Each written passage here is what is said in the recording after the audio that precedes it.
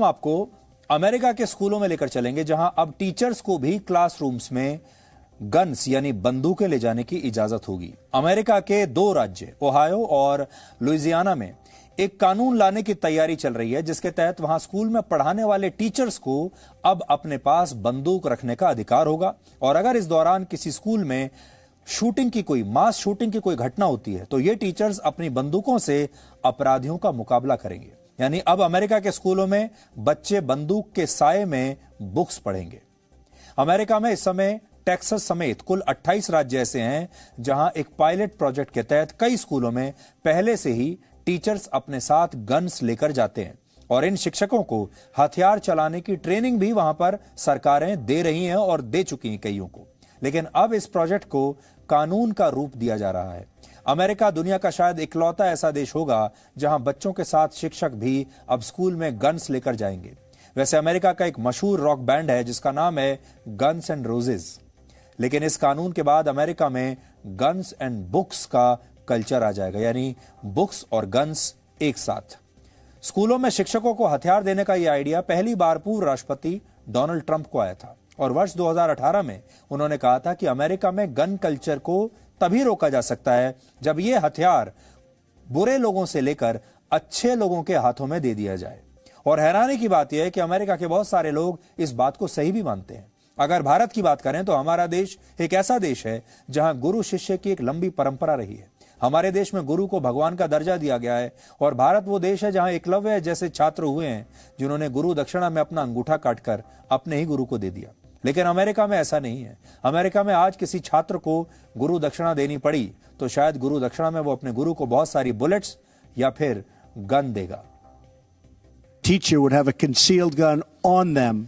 They'd go for special training and they would be there and you would no longer have a gun-free zone. Gun-free zone to a maniac because they're all cowards. An attack has lasted on average about 3 minutes. It takes 5 to 8 minutes for responders, for the police to come in. So the attack is over. If you had a teacher who was adept at firearms, they could very well end the attack very quickly. As part of a comprehensive school safety plan, it's time to finally allow highly trained teachers to safely and discreetly concealed carry. Let them concealed carry.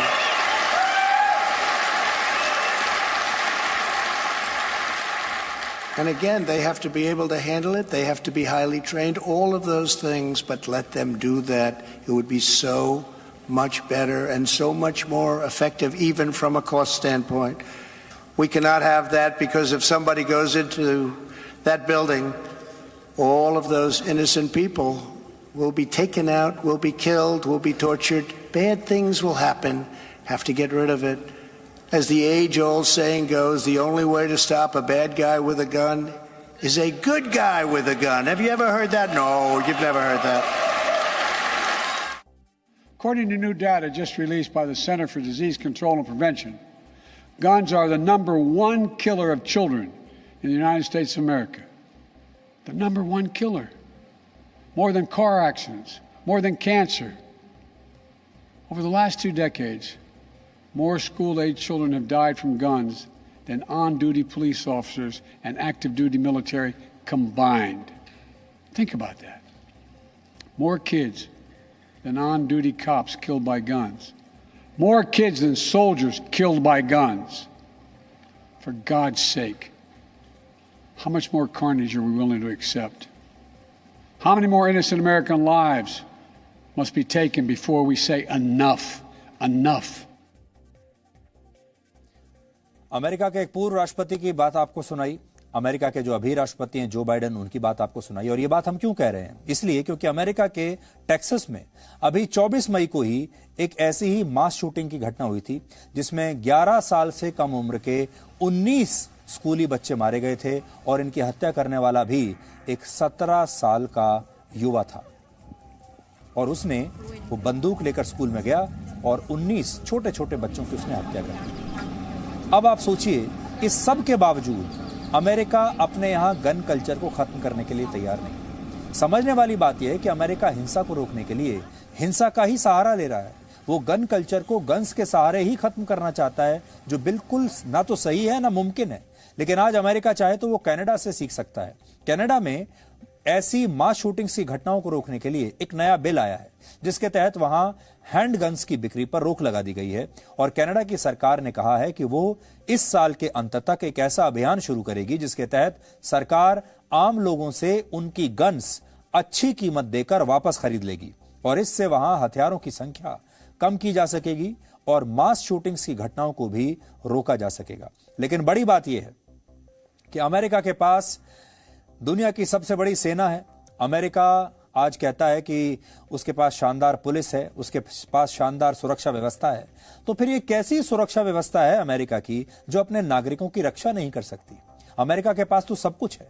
उसके पास पैसा है, उसके पास दुनिया के सबसे बड़े हथियार हैं, बेहतरीन पुलिस है, सुरक्षा एजेंसियां हैं, इंटेलिजेंस एजेंसियां हैं, सेना है। फिर वो अपने नागरिकों की सुरक्षा क्यों नहीं कर पाती? और इसलिए हम आज ये कहेंगे कि अमेरिका के लिए इतना सब दिमाग लगाने के बजाय सिर्फ उन्हें इतना करना है, उनके राष्ट्रपति को, कि बंदूकों पर बैन लगा देना है कि अब से कोई नागरिक बंदूक नहीं खरीद पाएगा दुकानों से। सिर्फ इतना करना था और वो यही काम नहीं कर पा रहे हैं। अमेरिका में पहले से हर 100 लोगों पर 120 बंदूकें हैं। सोचिए, हर 100 व्यक्तियों पर 120 बंदूक। लेकिन इसके बावजूद अब वो वहां स्कूल टीचर्स को भी हथियार देंगे। इससे गन कल्चर खत्म नहीं होगा, बल्कि गन्स की बिक्री और ज्यादा बढ़ेगी और ये अमेरिका की एक बहुत बड़ी बेवकूफी होगी। Presenting B News app available on Google Play and App Store. Download it now.